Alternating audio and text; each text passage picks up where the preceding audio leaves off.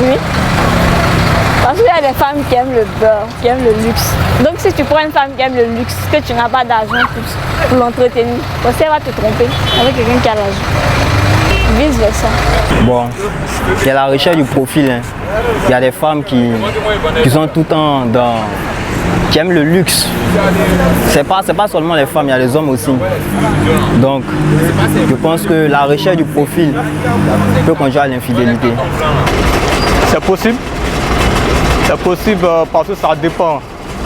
Ça dépend du fondement en fait, de la relation qu'on a avec une personne. Par exemple, je m'engage dans une relation avec une jeune demoiselle, par amour peut-être, voilà, si c'est par amour, même si financièrement il y a des soucis, l'amour va nous aider à surmonter voilà, les épreuves. Mais si la jeune fille s'est mise avec moi parce qu'au départ peut-être j'avais voilà, des sous et qu'un moment arrive, je n'en ai plus assez ou bien il n'y en a plus. Donc je tombe dans les difficultés financières. Alors la jeune fille étant là par rapport à ma poche, voilà, elle va chercher à aller avoir ce qu'elle cherchait tant ailleurs. Voilà, donc. Le manque de moyens financiers peut-il engendrer? Non, non, non. Ça ne peut pas. Non, ça ne peut pas engendrer. Si la fille est sincère, si la fille est sincère, son mari ne peut pas tromper son mari. Si lui, il aime qu'elle aime à mon cher, là, ça n'a rien à voir au milieu. Donc, on gouiller quand un peu, on va arriver au sommet là-bas.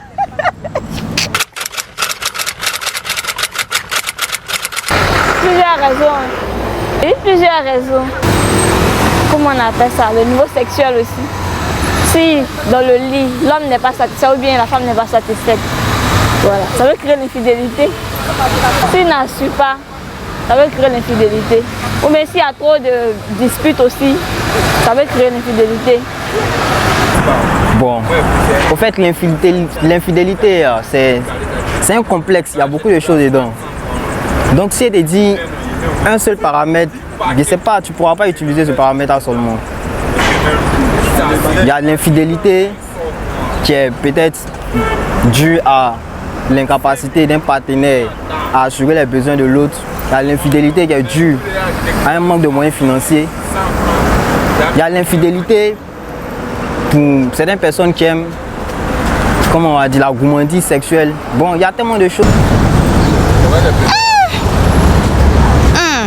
Ça peut être aussi, si la fille n'est pas satisfaite, trouver son mari. Si elle n'a pas goûté là-bas, qu'elle a vu que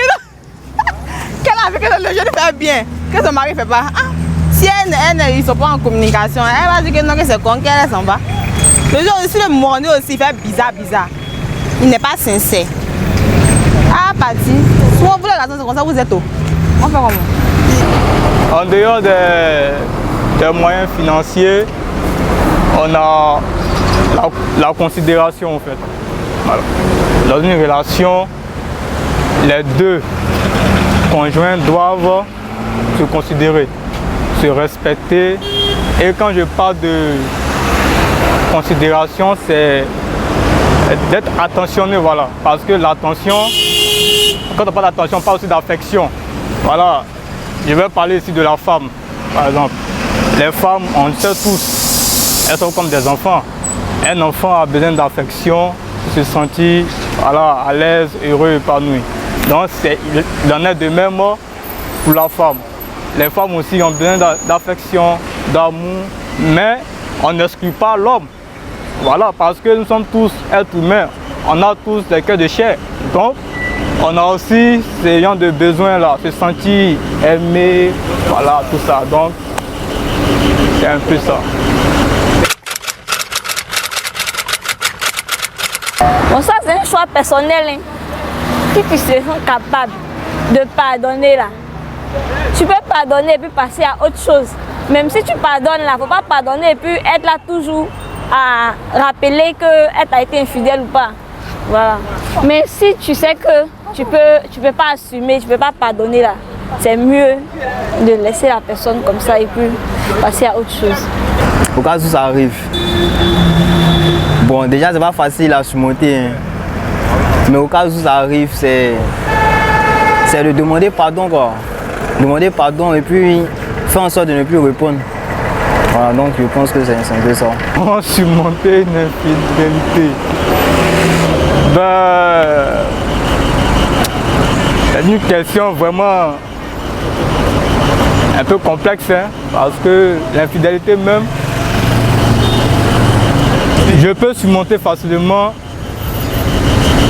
une trahison. Bon, l'infidélité c'est une trahison, voilà. Une trahison du point de vue économique, par exemple, quelqu'un me doit de l'argent, il ne me paye pas, ou bien j'ai fait une affaire avec une personne et la personne m'a doublé. Voilà, bon, je peux surmonter ça facilement parce que l'argent, voilà, je peux en avoir, voilà. Mais l'infidélité, ici, on est dans le domaine de l'amour, donc du cœur. Voilà, les sentimentales, les sentiments ne sont pas physiques, ils sont spirituels.